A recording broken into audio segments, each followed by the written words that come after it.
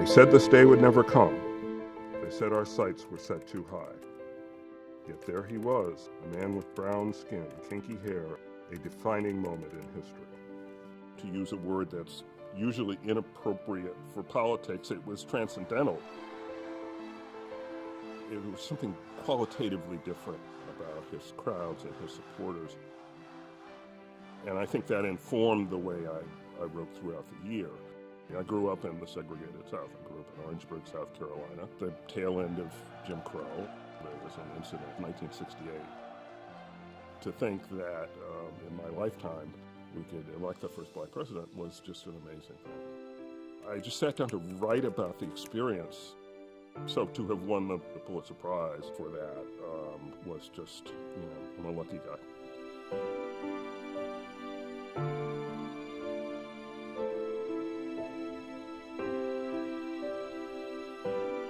The Pulitzer Prizes were announced today. They honor distinguished works of literature, music, drama, and print journalism.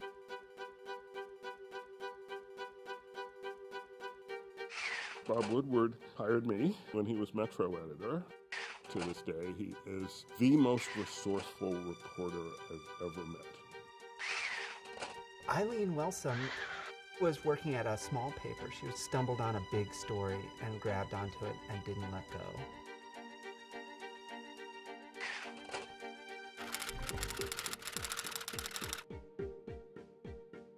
She was able to tell their stories, which also told our story, as a country, and who we were and what decisions we were making. The Pulitzers look at the cream of the crop and those pieces that I think resonate beyond their particular topic area. This was a recognition that fashion really does live beyond the runway and fashion magazines. Clothes tell us something really specific about culture. It's like the billboard for a period of time. I feel that I am writing for people who don't have a voice. There was one fellow at Morgan Stanley who had my picture and a red circle and a slash through my face in his office. The Army literally was calling my boss, telling him to kill the story, and when that didn't work, they called my boss's boss. And as soon as we did our reporting, the cat was out of the bag, and the Army immediately stopped stripping them of VA benefits. Journalists who do this type of work, you could either say it's a calling or maybe a personality defect. They do it because they have to do it. Whether it's the people that dug through the data or walked through the war zones, it's this act of bearing witness. I swung my graphic around and held it, and I could only hope that it turned out the way that I looked at it through the finder. We've seen some incredibly brave war correspondents.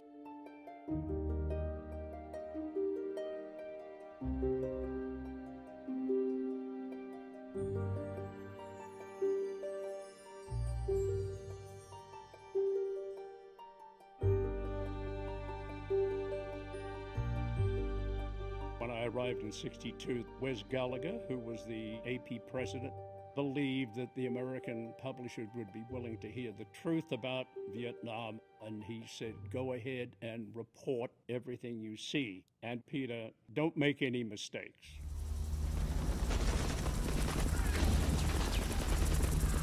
We became very aware through the AP and others that the Pentagon, the military high command, and the White House and State Department were not happy with our coverage. But frankly, we didn't give a damn. Frankly, my dear, I don't give a damn.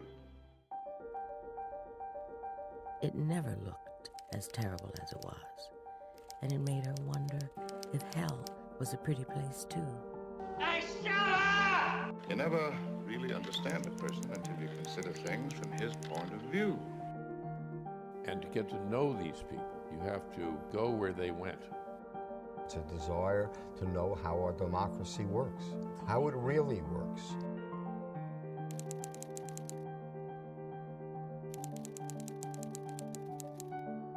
In both Master Dissenter and The Power Broker, I examine power through one man.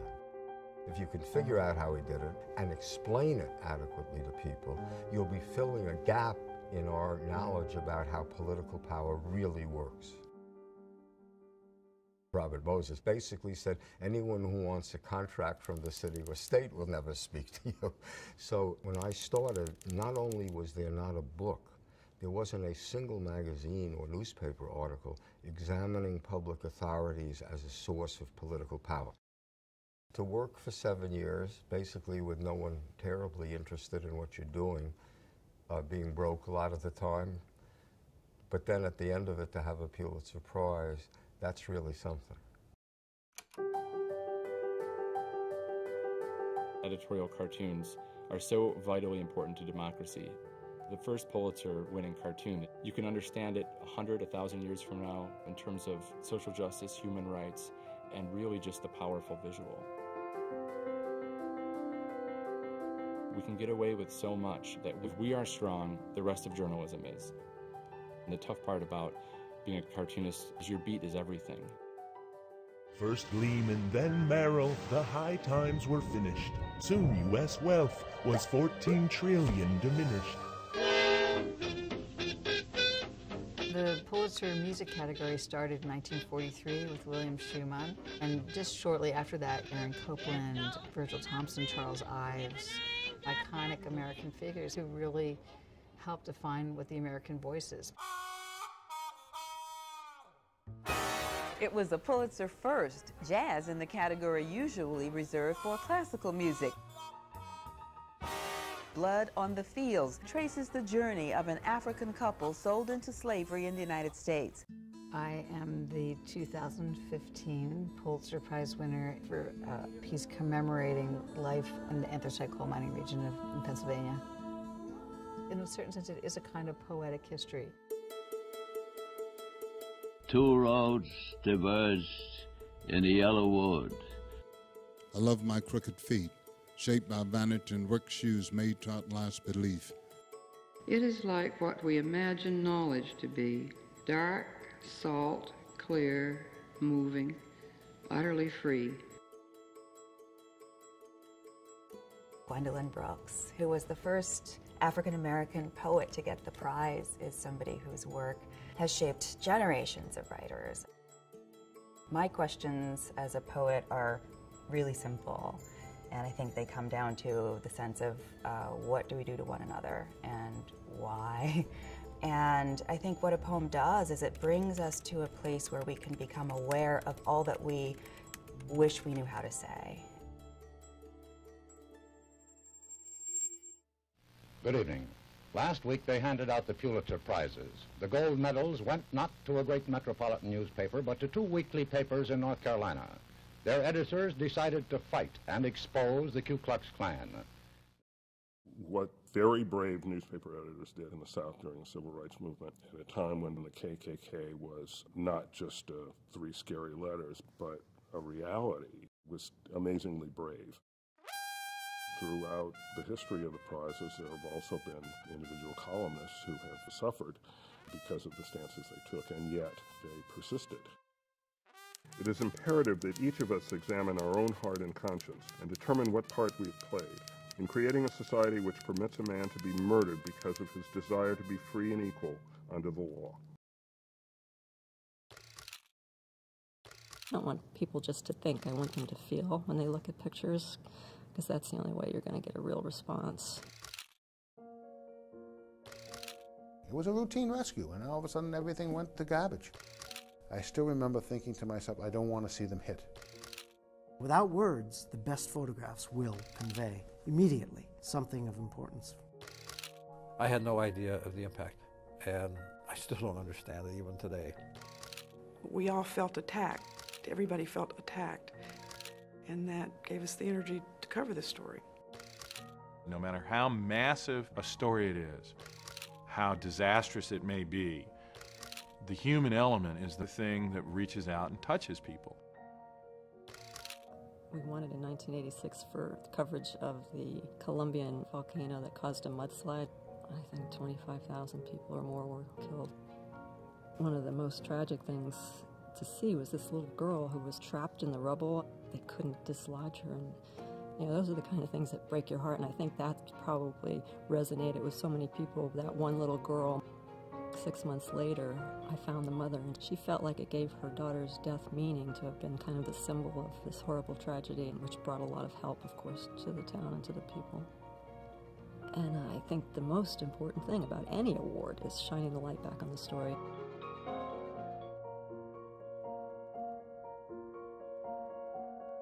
It makes me, hang on to that naive belief that we can change the world. When you look down at the list of winners, these are all people who took risks, who really wanted to help people to understand what was really going on. The one word that I come back to is impact. The Pulitzer Prize is vital in keeping the editorial cartoon alive. It's the announcement each year that there's one book of poems that ought to be read because it's that important and it's that powerful. I think it's an amazing documentation of who we are as human beings. The Pulitzer Prize is just the one that matters the most.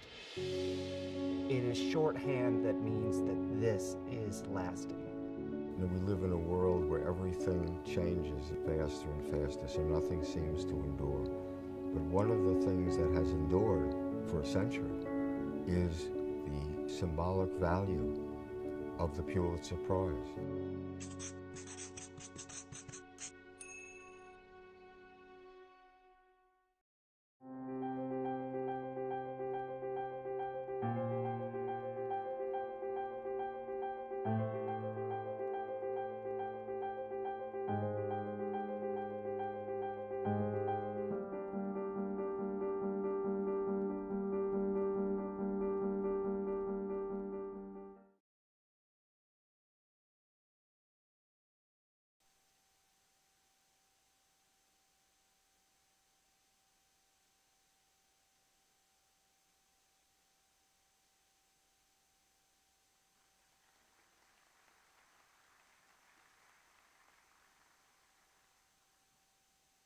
Good evening, and thank you so much for coming out to share this evening with us.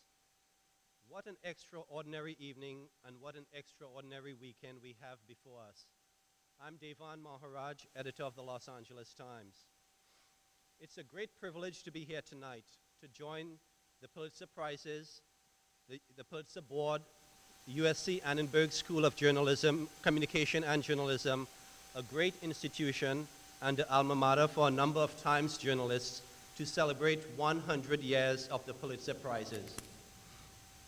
I see Michael Parks is here tonight, and Michael Parks is really, his attendance here is really a triple coupon. He was a former Times editor, a former director of the USC School for Journalism, and a Pulitzer winner. Let's hear it from Michael.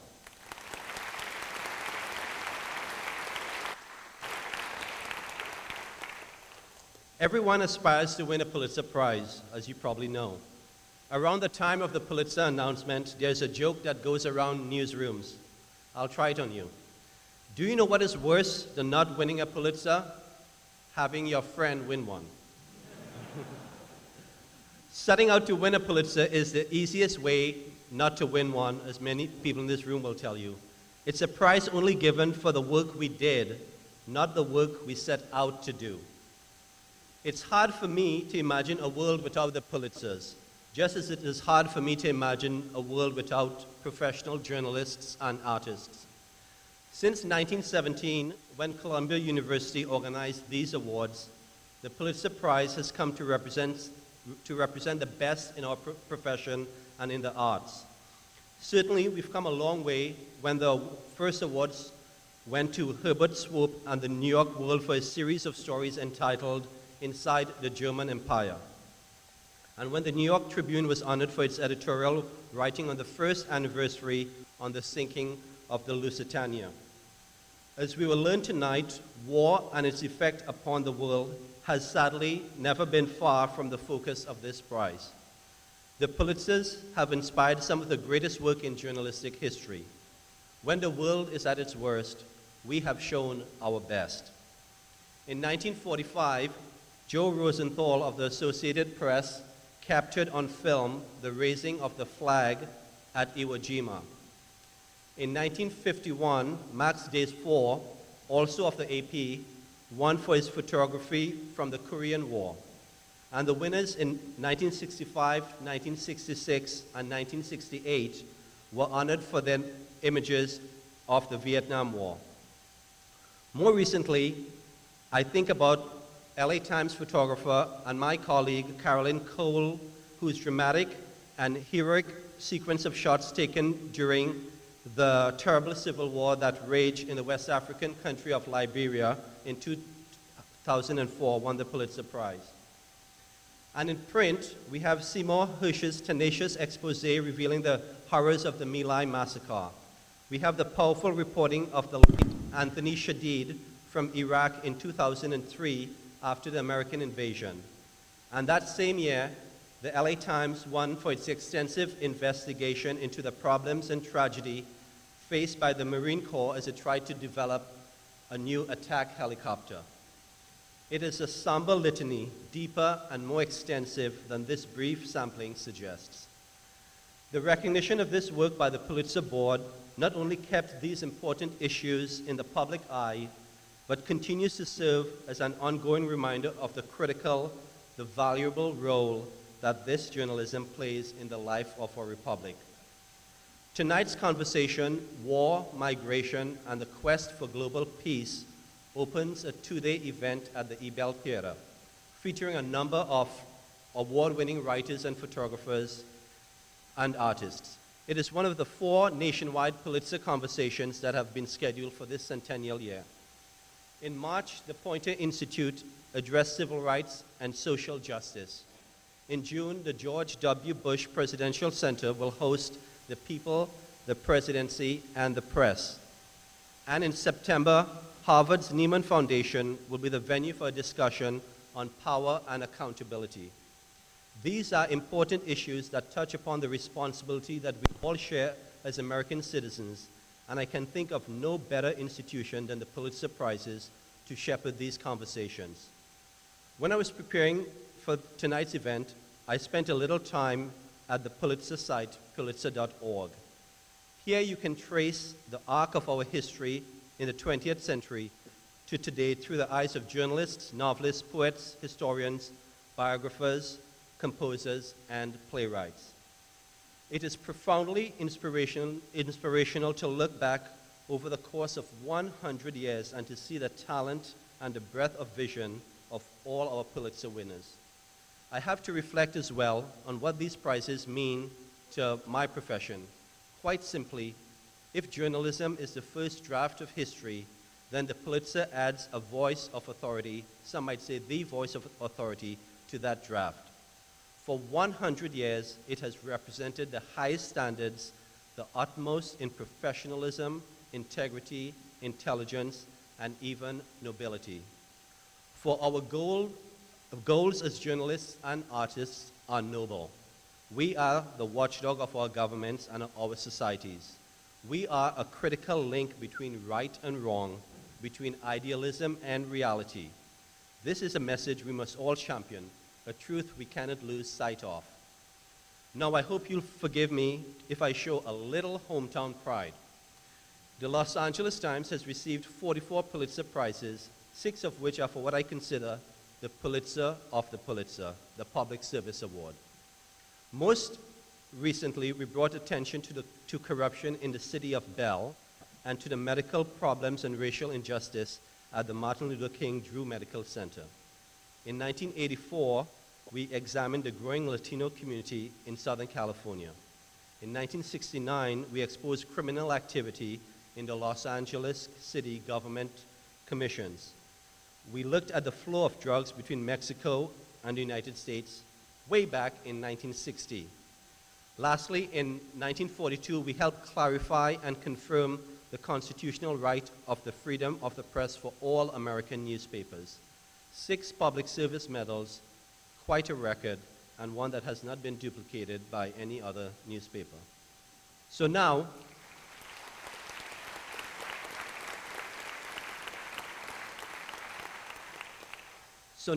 before we begin, I'd like to recognize a few, and just a few, very special guests, and ask that they stand so we may thank and congratulate them. Can we bring the house lights up, please? Pulitzer Prize Board co-chair and winner, Kevin and Willie.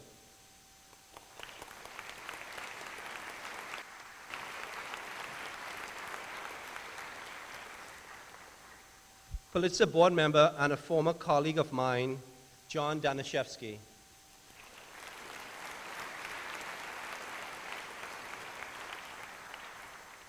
And someone who just rotated off the Pulitzer board but was extremely instrumental as a force in these celebrations, Harvard professor Danielle Allen.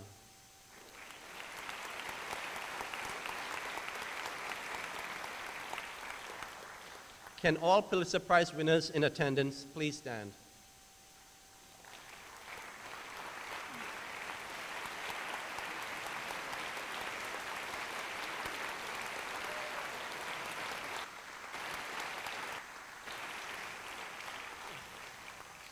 Now, as many of you know, that behind every Pulitzer winner are people, spouses, significant others, colleagues, who sacrificed to make it happen. If you fall into any of these categories, please stand.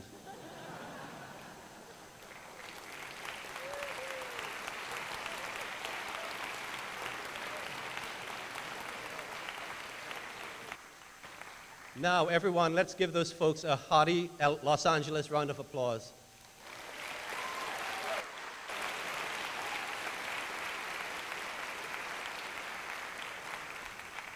Thank you again for sharing this evening with us. To begin tonight's conversation, I'd like to welcome my esteemed colleague, she told me to be nice to her, so I had to use esteemed, who's a Pulitzer Prize winner herself for her coverage of Russia. You know, the one and only Los Angeles Times assistant managing editor for foreign and national news, Kim Murphy.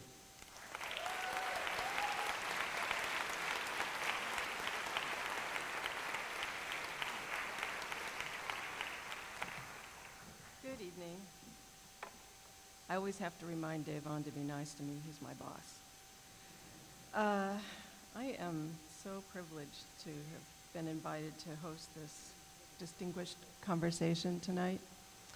The theme of a couple of days of programs that for the Pulitzer anniversary that have been put together, war, migration, and the quest for peace. Tonight, our guests have been invited from an amazingly wide perspective to explore the issue of war. You know, when I started thinking about how we might conduct a conversation with 3 such disparate guests, I remembered that it was all about the Pulitzer and about storytelling, really.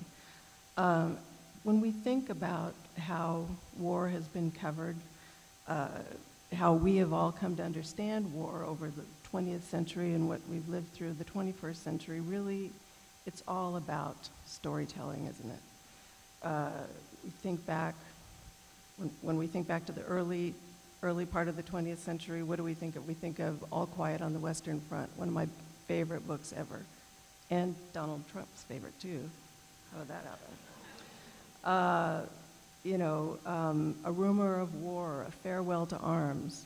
More recently, we think about Anthony Shadid's unforgettable dispatches from Iraq.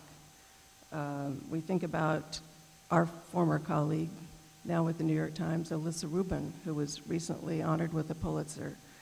We think about the women of Afghanistan that she wrote about, who were besieged by mobs and murdered by their families for having somehow disparaged their family's honor.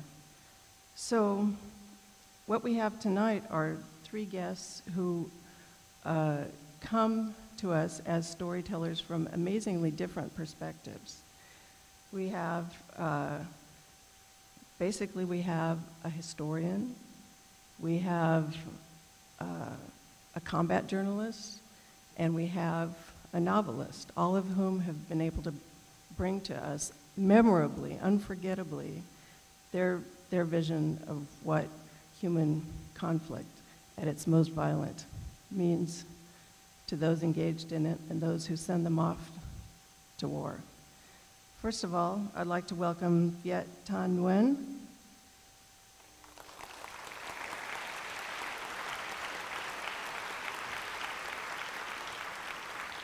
He has an amazingly interesting history himself. He came to the United States as a refugee from Vietnam in 1975 at the age of 4. He lived in a refugee camp for a little while with his parents and then was separated from them to stay with a couple of host families for quite some time, an experience that sort of imprinted on him in not a great way forever. He ended up growing up in San Jose. His parents were really hard-working shopkeepers, worked to send him to school. He got his degrees at Berkeley. He is now honored this past year with the Pulitzer Prize for his novel of the Vietnam War known as The Sympathizer. I hope that you all have read it. It's unlike anything you will ever read about the Vietnam War. It's darkly humorous. It's the tale of a communist mole who's been implanted with a South Vietnamese general who's plotting a counter-revolutionary strike. And it explores the two faces that this character feels, divided between his loyalties to family, to country, to ideology, and in the end betrays all of them and is betrayed by all of them. He is currently very close to us at University of Southern California, where he is a professor of English, American Studies, and Ethnicity. Next we have Dr. Frederick Logeval.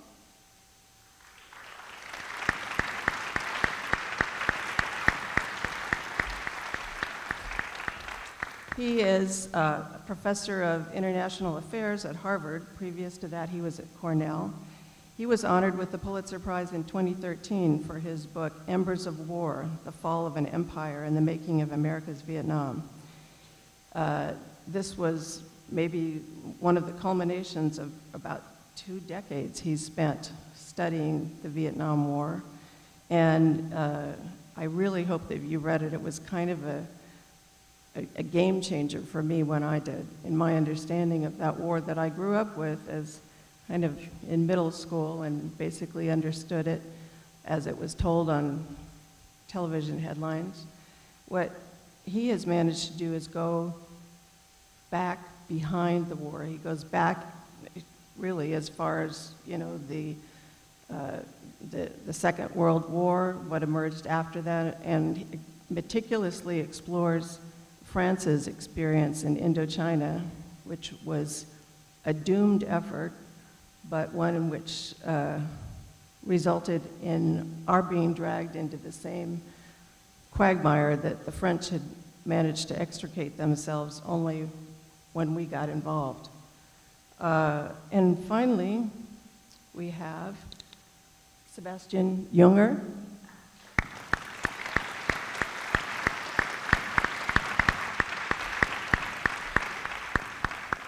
You probably know him best for his book on a war of another kind, A War with Nature, The Perfect Storm. But he has been a distinguished combat correspondent for a number of years in various conflicts, Liberia and Afghanistan, and he has lately entranced and troubled worldwide audiences with his account of the roughly a year that he spent with the men of 173rd Airborne Brigade Battle Company's 2nd Platoon, whom all of us now, thanks to his book, War, his documentary film that he did with his colleague, the late Tim Hetherington, And the sequel to that, Horrengal, it was perhaps one of the most intimately realized, affecting, funny, humorous, scary, sad, terrifying, and memorable accounts of America's experience in Afghanistan that has been written, I think. So I'm very much looking forward to talking with all of them. I think we're going to learn a lot tonight.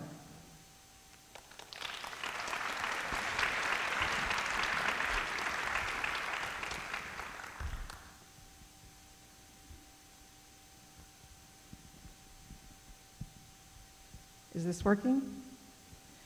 I'd like to, I'm not sure exactly how this will go, but I'm hoping to reserve a little bit of time at the end of this so that you can ask some questions of these gentlemen as well, because it would be, you know, I mean, this is a rare opportunity to get this caliber of guests in front of us here. So we'll try to leave some time for that.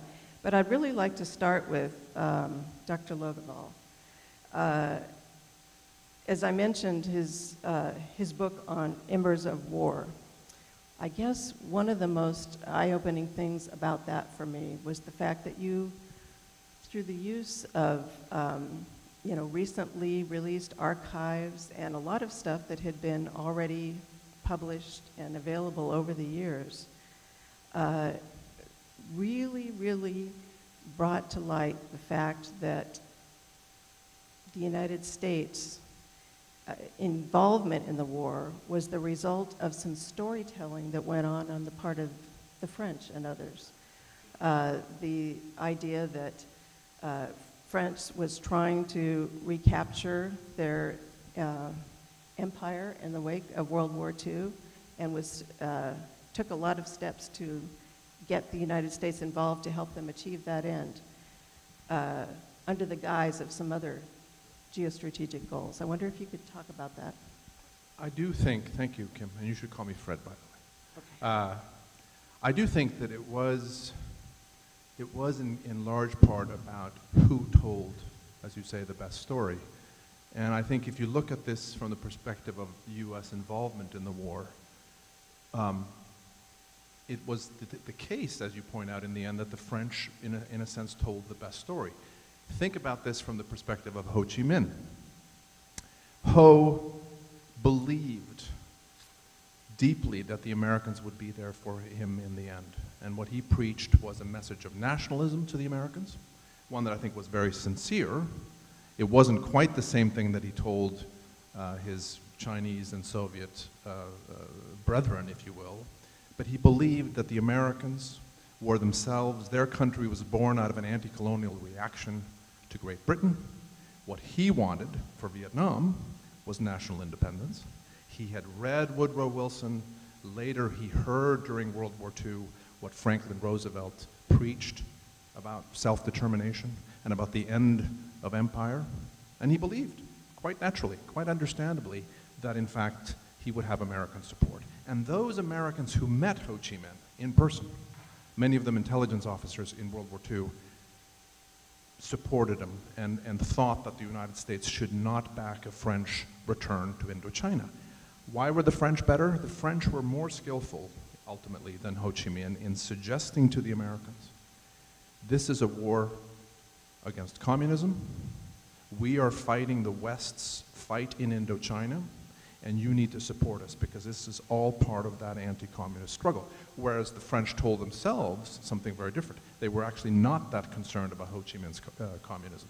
So it is in part about those stories that then, as you pointed out, Kim, lead the Americans little by little, year by year, into this struggle that will last 30 years ultimately, that will be bloody. First, for the Americans, it's a war to back that French war effort. And in fact, the Americans are more committed to the war, I think, ultimately, than the French are themselves.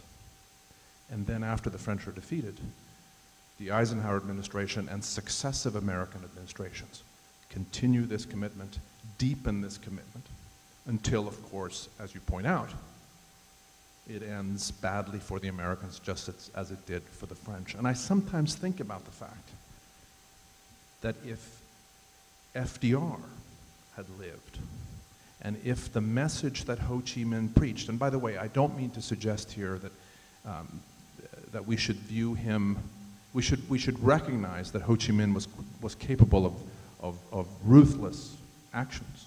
So I don't mean to romanticize Ho, per se. I am ultimately sympathetic to what he sought to achieve. But I guess my point is the outcome could have been very different.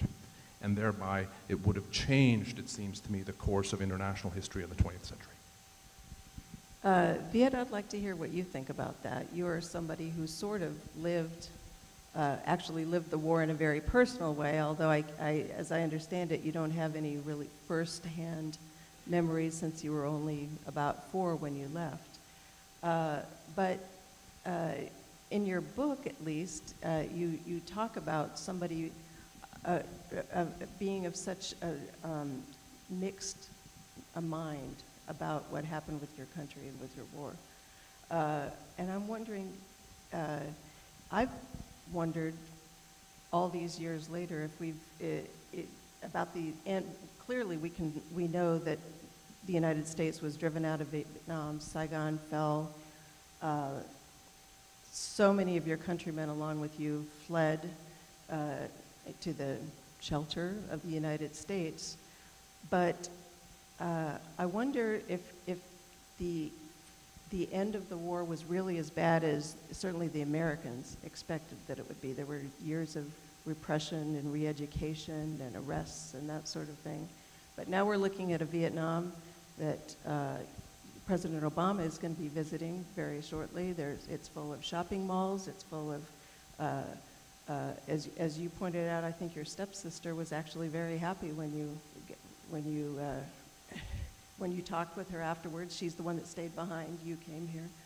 How should we understand that war, and was it really lost? If so, what was lost? Well, I think here the question of stories does really become important because how we tell stories about wars shapes our understandings of it, but also determines how we're going to fight future wars, right? So in the aftermath of the Vietnam War, certainly the perception amongst everybody, Americans or Vietnamese or people the world over, was that the United States had lost in 1975. But now Americans who go to Vietnam or go back to Vietnam say, wow, look what happened. Capitalism has triumphed. The dollar is omnipresent in Vietnam. So in a sense, we've won. And I think as ironic as that may be, I think there's an element of truth to that because I think it's important for me when I look back at the Vietnam War to understand it in 2 ways. One version of the story is the Vietnam War that immediately took place in the time period that Fred is concerned with and that certainly shaped me. But also the idea that the Vietnam War is a part of a much longer war that the United States has been waging since 1898 at the very least in terms of expansion into the Pacific with the Philippine-American War through Korea, Laos, Cambodia, Vietnam, arguably now into the Middle East. And in that sense, the United States won, right? Because now Vietnam has been captured in the American orbit, or the United States is trying to do that. From the Vietnamese perspective, it's a very different kind of story. I grew up in San Jose, California, very aware of the power of stories that the Vietnamese people that I knew were always telling stories about how horrible this war and its aftermath had been. So on the one hand, no, there weren't literally bloodbaths in the street, but on the other hand, the re-education camps, and when I say re-education camps, I get attacked by Southern Vietnamese people who come to the United States because they say, you don't say concentration camp. If you say re-education camp, you're selling out, right? So just even that use of terminology, I think re-education camp is an important term, and they think that I'm not radical enough in my anti-communist critique. So I grew up with this idea that the Vietnamese stories, in all their diversity, had been shut out of the American story, that the Vietnam War for the United States was an American war. And all the stories that the United States has told about this war, as diverse as they may be, they share one common feature, which is that they're mostly about Americans. I wanted to ask you about that. There was a really interesting segment in your book in which your character is brought off to the filming of a war, a Vietnam War type thing in which the character is supposed to be the Vietnamese consultant. And he's supposed to make sure that the Vietnamese sort of dress like Vietnamese are supposed to dress. And he tries sort of lamely to make sure that they might actually have a speaking role of some sort. A lot of people have said that that's probably Coppola and Apocalypse Now. And I think that you have talked about being sort of very annoyed with that movie. And can you talk a little bit about how the war has been presented in the popular media? Well, I mean, yes, it is about Francis Ford Coppola and Apocalypse Now, which, as every work of great art, and I think it's a work of great art, but works of great art are contradictory. And on the one hand, I admire it as a technical masterpiece. On the other hand, as a Vietnamese American, I feel myself caught in an impossible situation in his story. Because on the one hand, I'm supposed to cheer for or at least identify with the Americans in their anti-heroic tragedy. On the other hand, they're killing Vietnamese people. Where does that leave me? Completely split down the middle. And so yes, I mean, the novel is partially my revenge on Hollywood, partially my revenge on Francis Ford Coppola, but he's not solely to blame. I mean, the movie The Hamlet that I satirized is actually a compilation of all Vietnam War movies, and I think I've seen almost all of them. And it's actually a bad movie, unlike Apocalypse Now.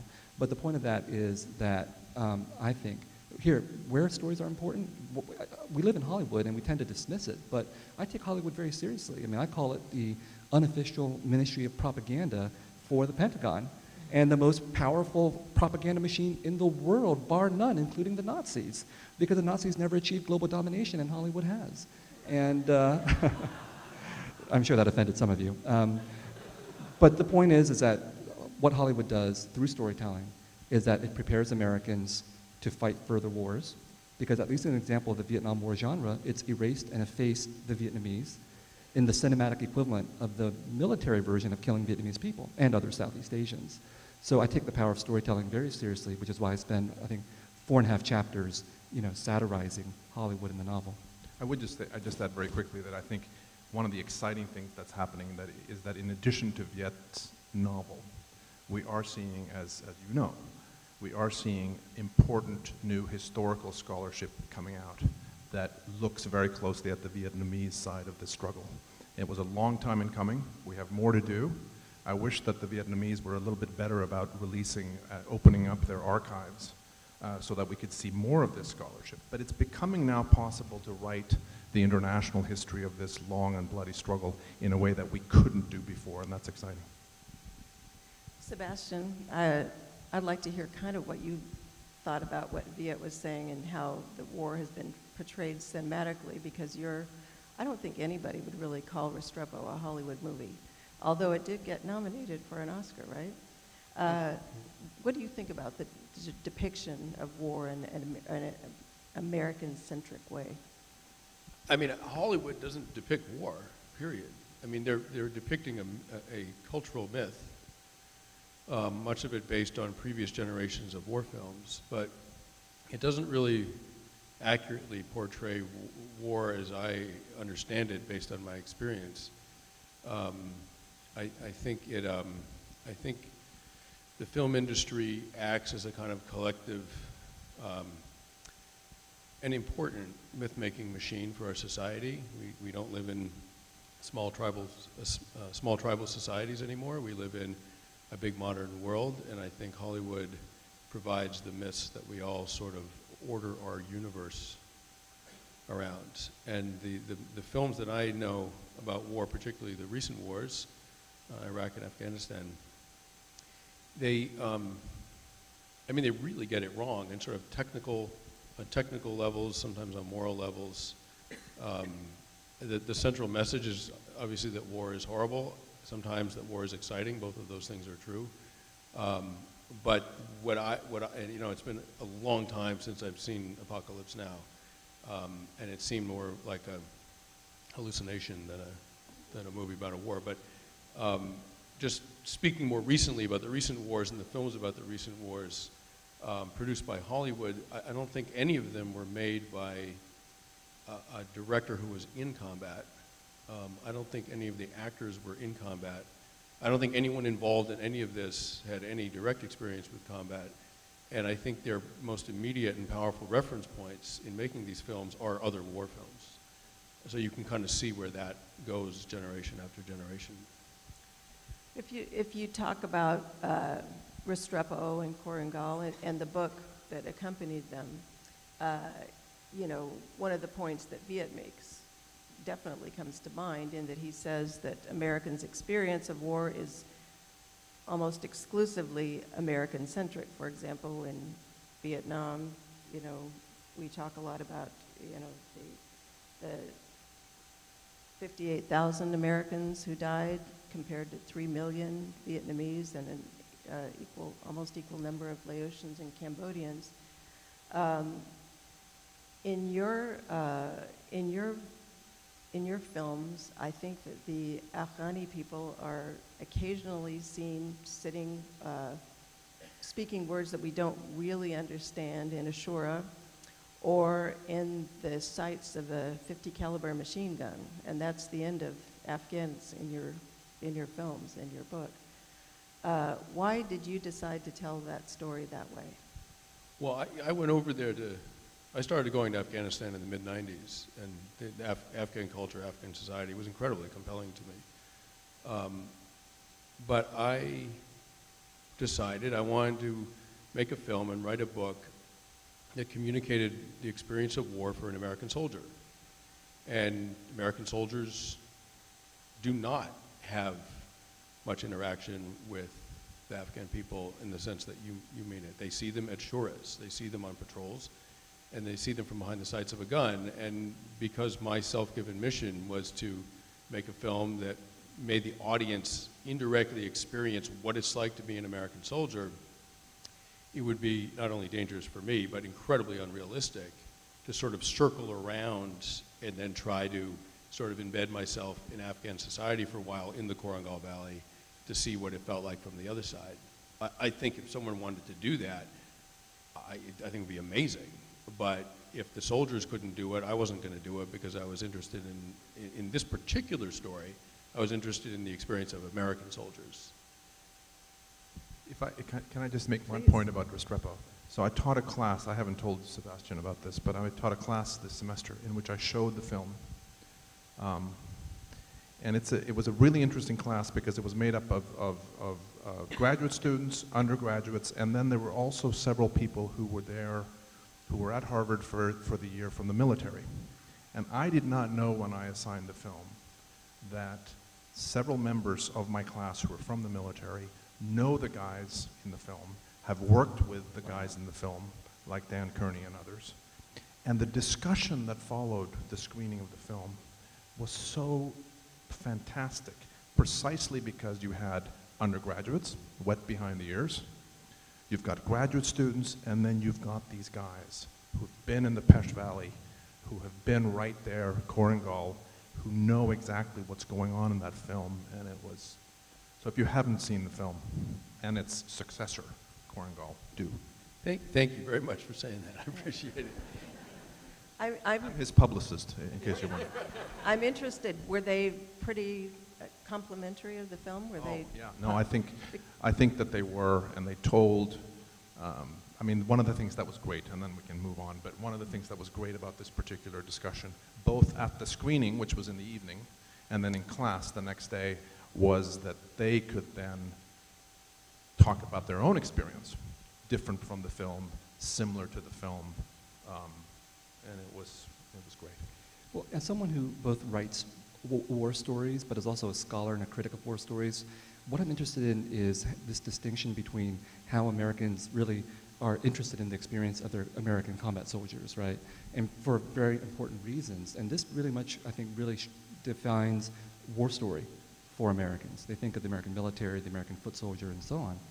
As someone who's a civilian and a refugee and who grew up with many civilians who fled from Southeast Asia, my impression was a little bit different, that the story of combat was really important for a lot of South Vietnamese people, soldiers in particular.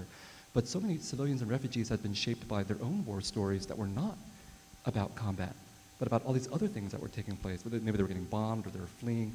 But war for me is not only about combat, it's also about the entire machinery that gets put into place, that gets all of us involved. And here on the American side, that means that we're all complicit in the war machinery, the military-industrial complex in some way.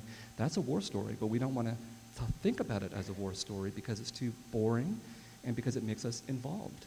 And for civilians who actually live through a war, that's a war story too.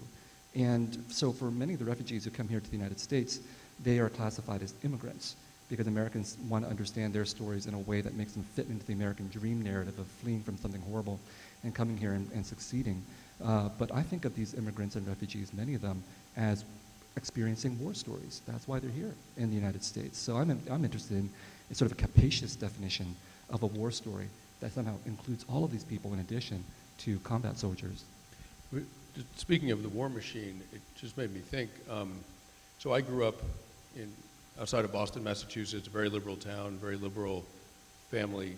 I grew up during Vietnam. Every adult I knew was against the war. And my father grew up in Europe during World War II. He was half Jewish. He was also very, very anti-war, but also very, very cognizant of the fact that the US military, in his mind, had basically saved his home country of France and had saved the world. And when I sort of said, you know, when I got my draft registration card, which 18-year-old boys still get to sign up for with the US government to be drafted if needed, only boys get that, and they still get it. When I got my card, I said, I'm not signing this. I mean, I was a product of Vietnam, you know, the Vietnam War and the protests around it. And my father said, no, you're going to sign it. Because you don't know what's coming. And you don't owe remember he said, you don't owe your country nothing. And you may owe your country your life. And if it's an immoral war, it's just as honorable to refuse to fight it as it is to fight a moral war. But you don't know which it's going to be yet, so you're signing that card. And then later, and when he put it that way, I was quite proud of the fact that I was part of this bigger thing, like my country might need me. And for an 8-year-old boy, that's a kind of intoxicating, can be a kind of intoxicating idea. And much later in my life, I'm in positions like this, I give talks about war, because I've covered war for a long time, though I've stopped. And I'm very politically, I'm very liberal. I try to keep that out of my journalism, but I'm very liberal. And I'll say to people, sometimes I'll say, like, okay, who here is against war and hates everything about war and et cetera, et cetera. And, you know, everybody raises their hand, of course, as they should. And then I'll say, okay, who here, you all hate war. You want to have nothing to do with war. Who here is paid $12 to go be entertained by a Hollywood war movie? And everyone raises their hand. I said, look, if a room full of pacifists is paying good money to be entertained by war, surely you can understand why 18-year-old boys sign up because they want to experience combat. Don't be moralistic about that. You all are doing it too in your own way. And then I go on to say the reason you guys are paying that money is because if you get the politics out of it, war contains narratives, ancient human narratives of courage and community and selflessness and cowardice and all these sort of ancient human things, and they're portrayed very starkly in war movies, and that's what you're going to see, as well you should. They're important themes. But it's a very interesting conversation to have, particularly with other people with political views like my own. But one of the points that you make, that you have made quite frequently, is it's very intriguing to me, and that is that, you know, sure, there's quite a few young men who registered, you know, joined the Army or the Marine Corps after 9/11 in the interest of defending their country. But what really comes out in your book is that the motivation of a lot of those who go to war has really nothing to do with fighting for freedom. It's amazing how often the word freedom is used to go kill somebody. But because they really want to be there. There are scenes in your film Restrepo of, you know, young men. One of the most surprising things to, I think, a lot of people who have seen it, bored and can't wait for the next firefight. When they come back from war, you speak with them and they say, you know, yeah, I'm back here, but really, I want to be in that godforsaken outpost in the Korengal Valley with, you know, sporadic electricity, no running water, MREs every day, and 5 firefights a day. Why is that? And with each other. I mean, one of the things they miss is that close connection with their brothers. And it's a very powerful thing, and they lose it when they come home because we live in a modern society where it's hard to find that, hard to create it. Firemen like fire. You know, I mean, the reason people join the professions they do, I mean, you talked of, I wrote about the crews that fight wildland fire out west, and those guys, I mean, their worst nightmare is a summer without fire. I mean, unfortunately, that's not happening anymore. But When the guys that I was with in Afghanistan, before they deployed, they were supposed to go to Iraq, and I refused to cover Iraq. I didn't think, I was against it. I didn't think I could be objective about it. But then at the last moment, they were rerouted to Afghanistan, so I was like, okay, game on, like I'm going with them. And they told me that, you know, Iraq was the big war then. This is 2007. Afghanistan wasn't really, no one was talking about it. And they literally said to me, you know, we heard we were going to Afghanistan, and we were all so upset because we just thought we'd be sitting around drinking chai with village elders and that there wasn't going to be any combat. And the worst thing they could imagine was a year without combat, because they're combat infantry. Like, they're 173rd Airborne. Like, there's a reason they worked very hard to get into that unit, which is a combat unit, and the last thing they wanted was to be combat soldiers without anything to fight. And I think that goes to some very ancient human wiring. I mean, I think we're all a product of our evolution, and you know, I think there's something particularly young and male about that attitude about sort of the ultimate competition. And I think in your latest book that you're about to come out with, I think it's called Tribes, right?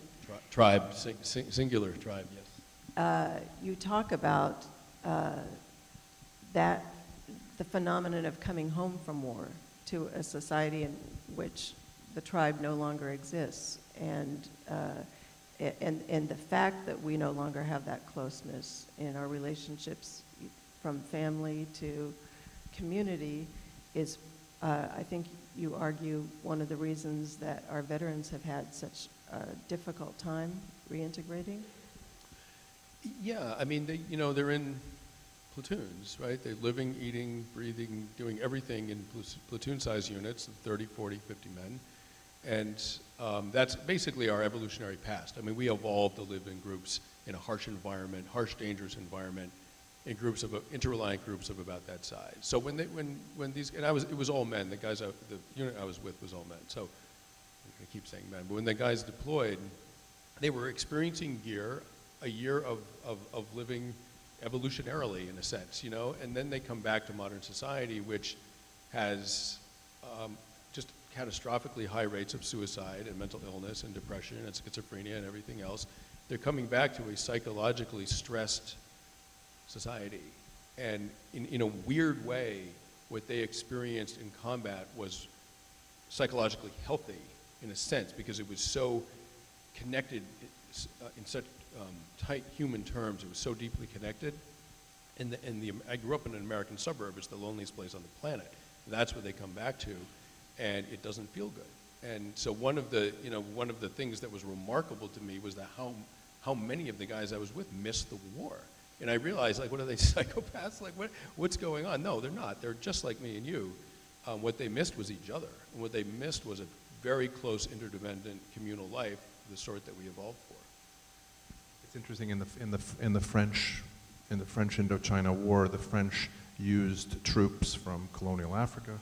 They had Vietnamese troops. They had foreign legionnaires.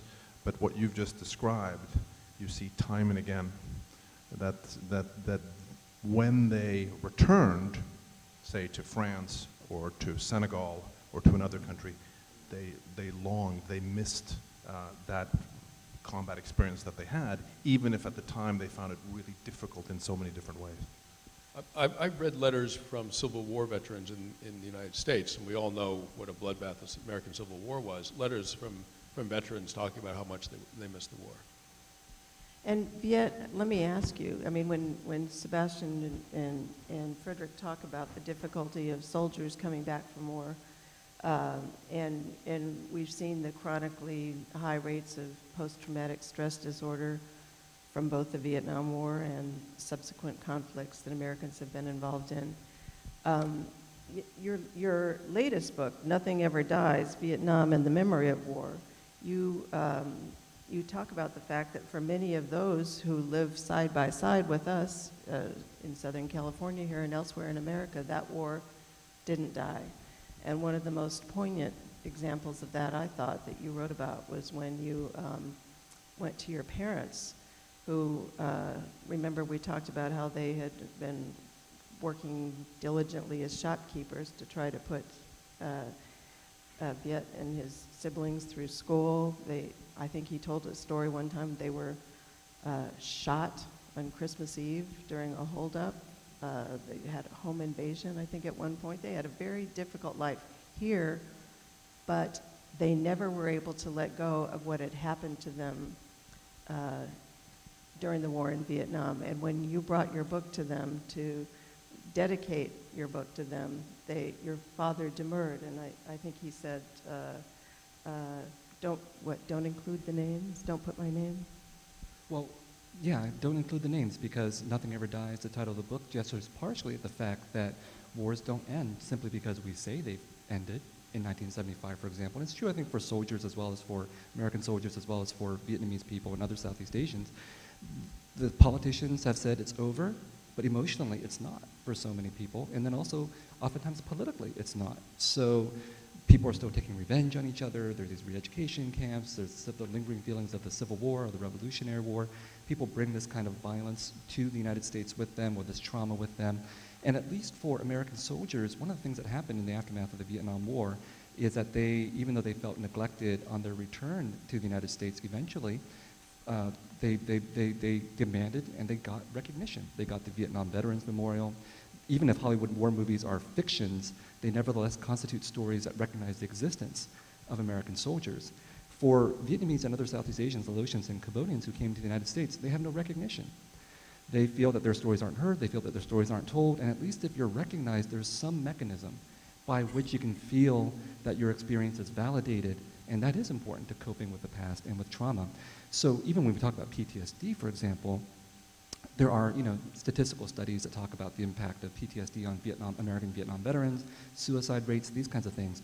We have no such knowledge of the legacy of these things for Southeast Asian refugees and veterans in the United States.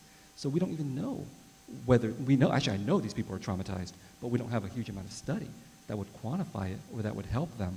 And they themselves, that is all wrapped up with their feeling that they can't tell their stories and their stories aren't heard, both by the United States at large, but also by their own children, the second generation, who, doesn't know what they've been through. I guess one of the things that a lot of the vets that I know are troubled by in the wake of war when they come home, it's not just leaving behind their brothers, or there must be a few sisters who care about it too. But it's sort of some of the indelible images in their mind of things that happened while they were at war, things that they were involved in. Obviously, combat has been a huge moral dilemma for a lot of the people in our society. This very small number of people that in a volunteer army that we have sent abroad to do our dirty deeds for us. But I think that since we are writers here, it would be interesting to talk also about the ethics of journalism and reporting in a war too. And I was curious about this because Sebastian actually brought it up in a conversation we had the other day, because he said that he realized that he had spent much of the last many years of his career making his living dependent on the suffering and death of others. And I think maybe you came to ask yourself some of these questions when 5 years ago your very close colleague, the British photographer Tim Hetherington, lost his own life in Libya. Can you talk a little bit about some of the reflections that you've had since then? And I'd like to hear some other thoughts as well. Yeah, after the death of Tim, we were supposed to be on assignment together in Libya, and at the last minute I couldn't go, personal reasons, and he went and he was killed. And suddenly I had this experience of understanding what the soldiers were talking about when they would say that that the death of some of their friends, their brothers in combat, was their fault, their personal fault. And I never understood that. Like, what do you mean? You were a quarter mile away and you got a bullet in the forehead. Like, how is that your fault? Well, I was 6,000 miles away, and when Tim died, I had that experience of like, oh my God, it was my fault. I should have done something, or it should have been me, not him. And that's another very common thing, and that And anyway, so I had this interesting insight into the soldier's experience that I just had never understood till then. And then afterwards, I gave it a lot of thought. I mean, war for me, I went off to war mostly out of curiosity in the early 90s to Bosnia, Sarajevo. And war was a lot of things to me, and a lot of it was good. I mean, it was very exciting. It was very intense. I made my career there. You know, it made me feel like I was doing something important and worthwhile. It was very scary also. But ultimately, underneath all those powerful, robust emotions, overwhelming emotions, all true, some of them may be unpleasant or uncomfortable, but all true, if you're honest. Underneath all of that, war is incredibly sad. I mean, just the basic fact of human beings killing human beings is very sad. But sadness is kind of a delicate emotion, and it's easily trampled in the adrenaline and the fear of combat. You're not in touch with your sadness when you're getting shot at. Or you're reporting something on deadline is very exciting, whatever. The sadness, you're not in touch with it. When Tim died, I suddenly, like, really got it, the sadness, that last bit of the puzzle of what war is.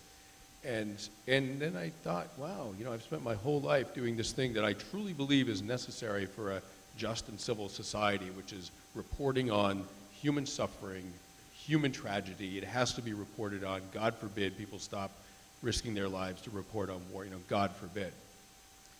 But on the other hand, I personally have made my living completely dependent on stories where other people had to die in order for me to have something to write about. And it made me, you know, I'm glad. I would never change what I did in my career, but it made me, it felt kind of, it got to the point where it felt immoral to keep doing that. And for the first time a couple of years ago, I did a story that no one had to die for. And it was such a wonderful feeling. I'm like, oh my God, this is great. And I'm no longer reporting on wars. I didn't want to annihilate all my loved ones with my own death the way Tim had. I'm incredibly proud of my brothers and sisters who are out there risking their lives and doing I think almost sacred task of reporting on humanity's struggles. But I'm really glad I'm out. This point about the sadness of war that you make, that you articulate so well, in a very different way, I feel it, because when I started to do research on the Vietnam War many years ago, as Kim pointed out, I thought the war was a mistake, but I thought that was in the perspective of hindsight, and I thought, you know, in the context of its own time, this war made all the sense in the world, and any president would have done what Lyndon Johnson did. Anybody would have done this because this was, after all, the Cold War, and it was about Cold War consensus, and it was about defeating the communists. But the sadness, I want to use the same word that Sebastian used, the sadness that has come to me more recently, say over the last 7 or 8 years, as I've delved further into the archival official record, and seeing the degree to which the top policymakers themselves didn't believe that they could win, and more disturbingly, didn't think that it was necessary to try to win, which is a statement that I'm prepared to defend this evening, that the top officials in the United States, and by the way, this I think was also true of the French, that the French stopped believing in this war long before they actually stopped fighting it. And then when you think about the soldiers who are sent out to fight in this thing and to die in this thing for a cause that their leaders actually behind closed doors, and only behind closed doors, doubt, it's a very sad commentary. Well, it's sad and scary and shocking. And I wonder if we could just circle back to the journalists who are covering war today, because we are in a couple of conflicts. We're fighting in 3 countries right now.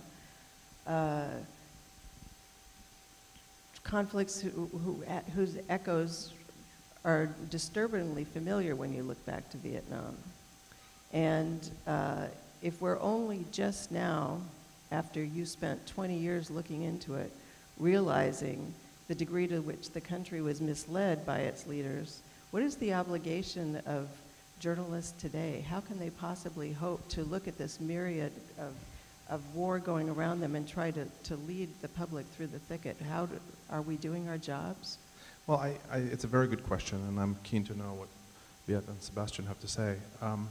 But I don't want to give the impression here this evening that I'm the first to, to figure this out in terms of my own research. In fact, I would say the following,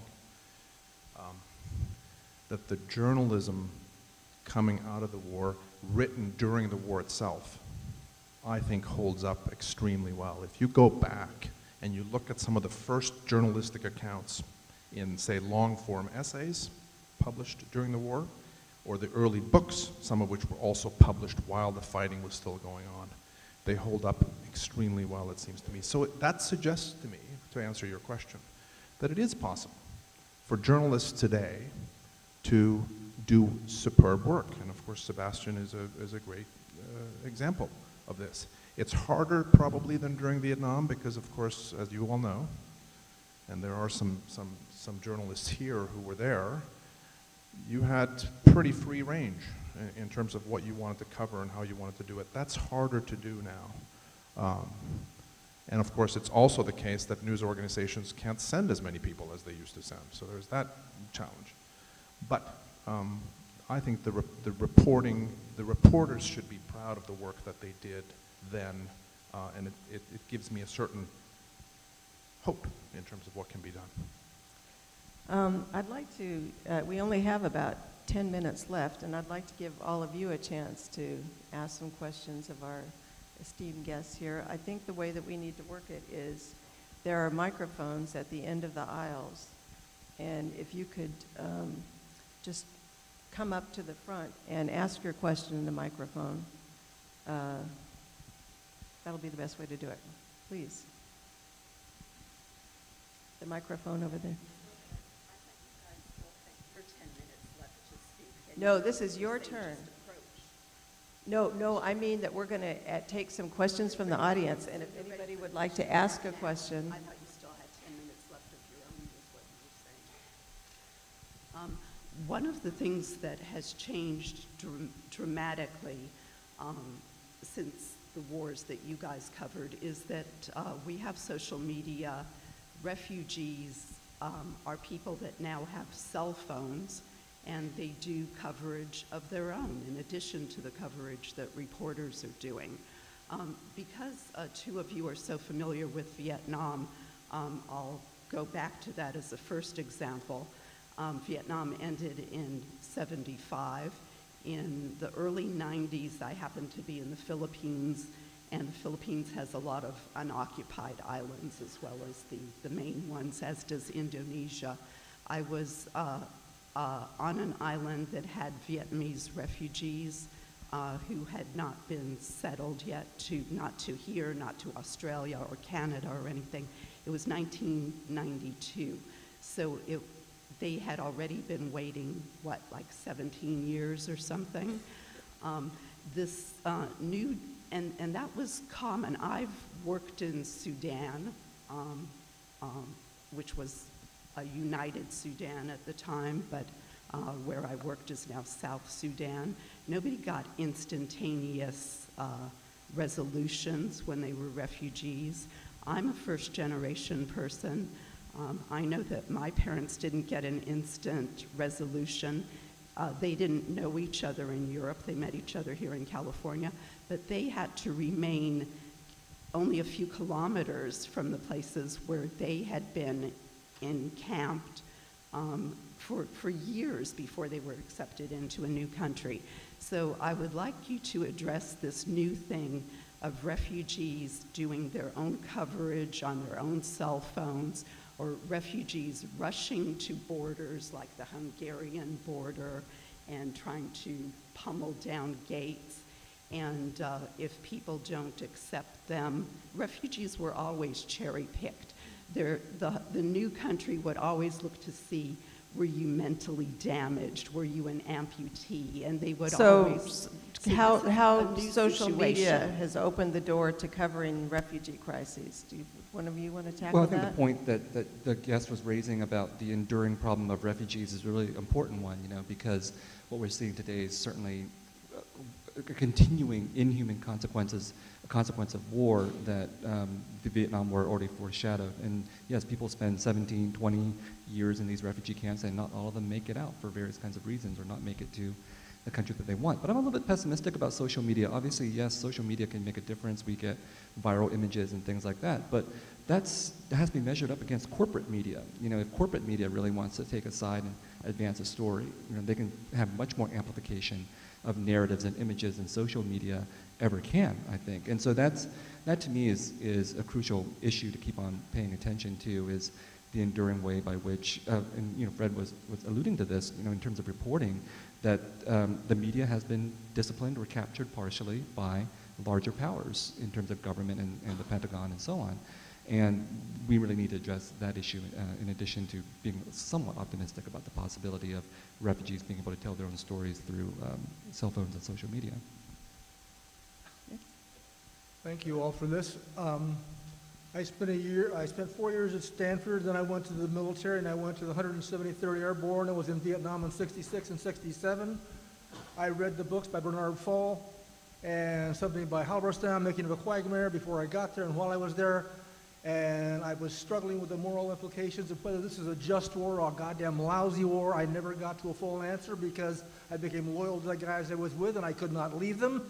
But I want you to address the issue of the goddamn moral horror of this country being in there when our leaders knew it was wrong. And every guy that's been through this kind of combat experience, and now in the Corn Gall there, I saw those guys that wrenches me. They are damaged. We are fucked up when we come back. Our lives are limited compared to what they might have been for our peers that didn't go through that shit. And the entire American populace is complicit with it then, and they're complicit now. And so, by God Almighty, I still pay my fucking taxes. There we go. Try to beat that.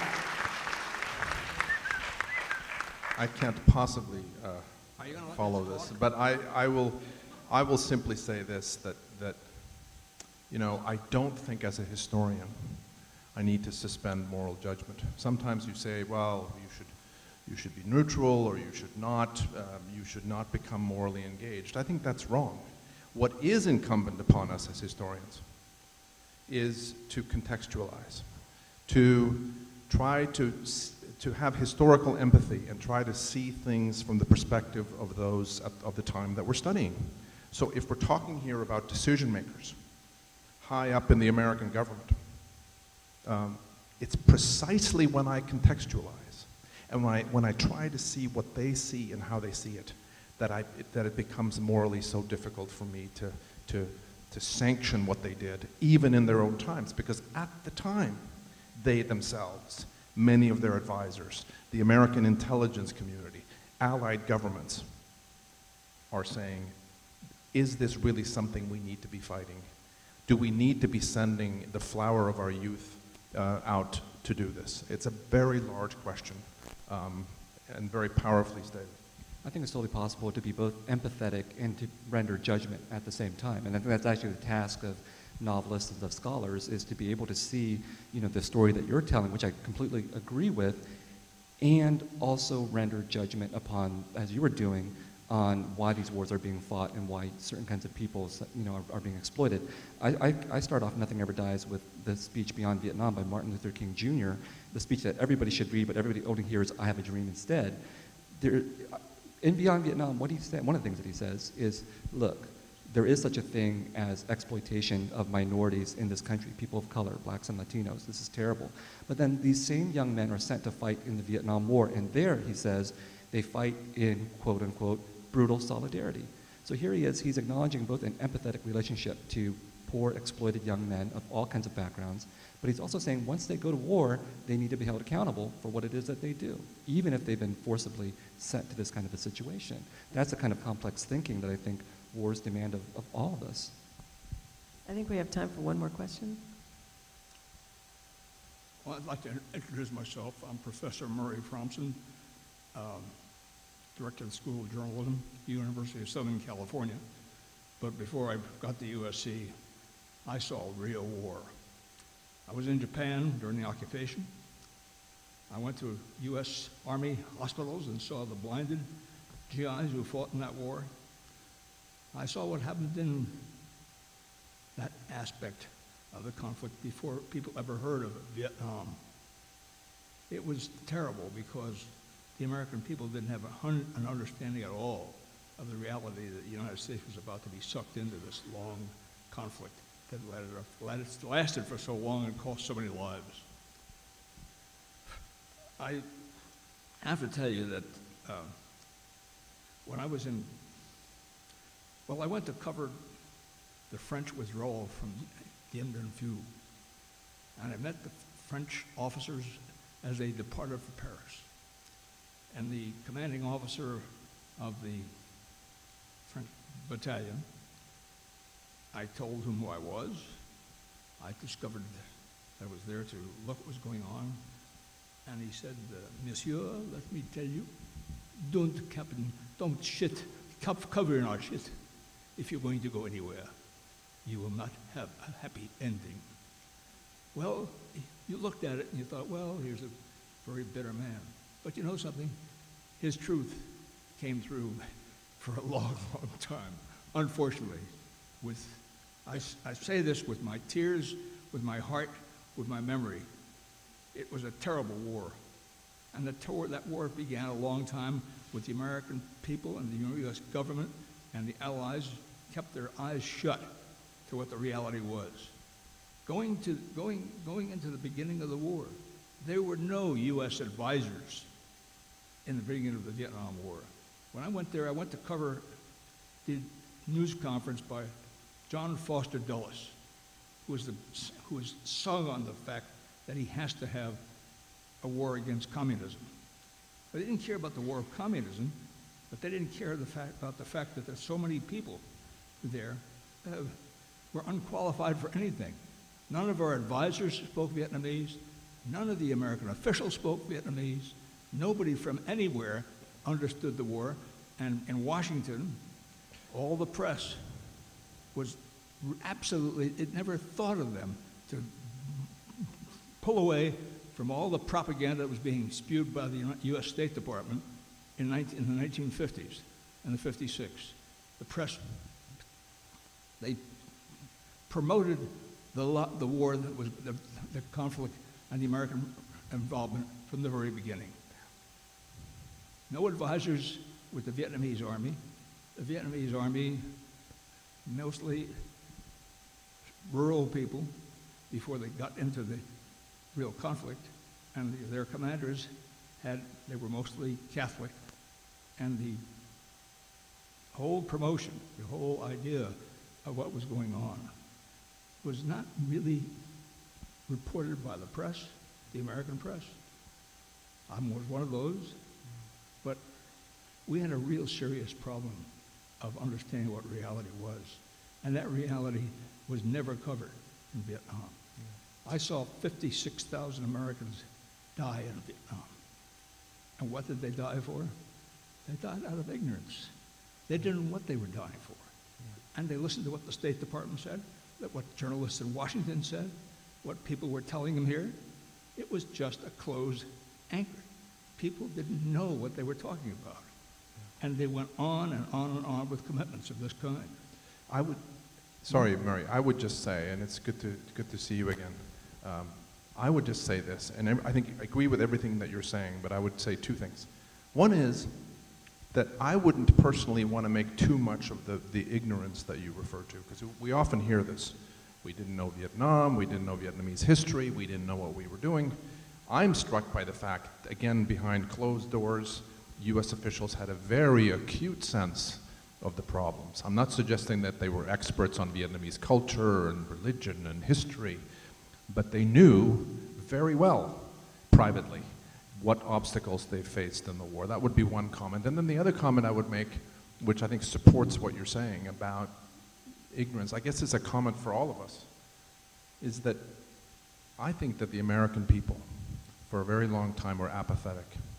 about the war, about the American involvement, in a way that they didn't need to be, because I think you and other reporters, even if you didn't do the kind of job that you think you should have done, there was enough information in 1964 and 65 to have a real national debate.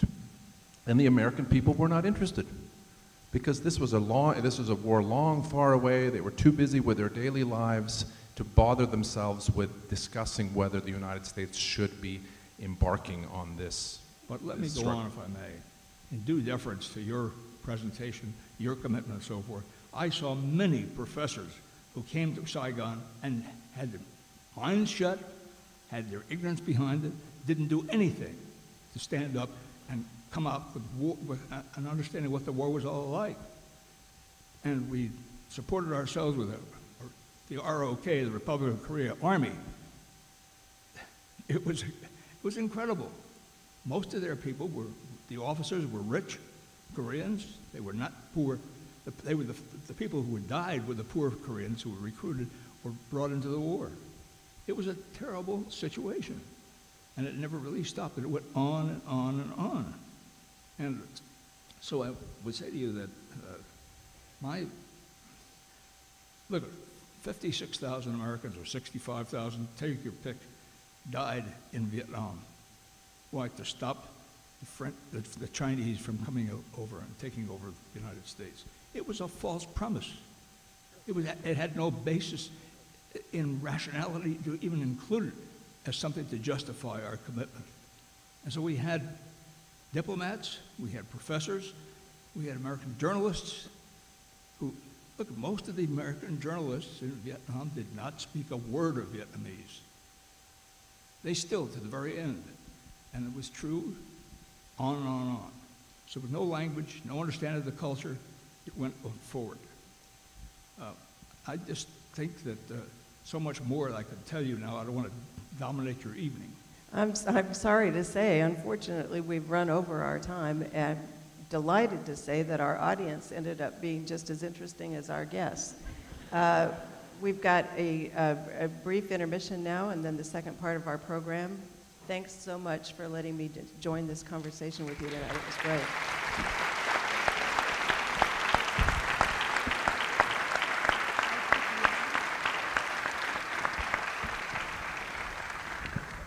Ladies and gentlemen, there will now be a 5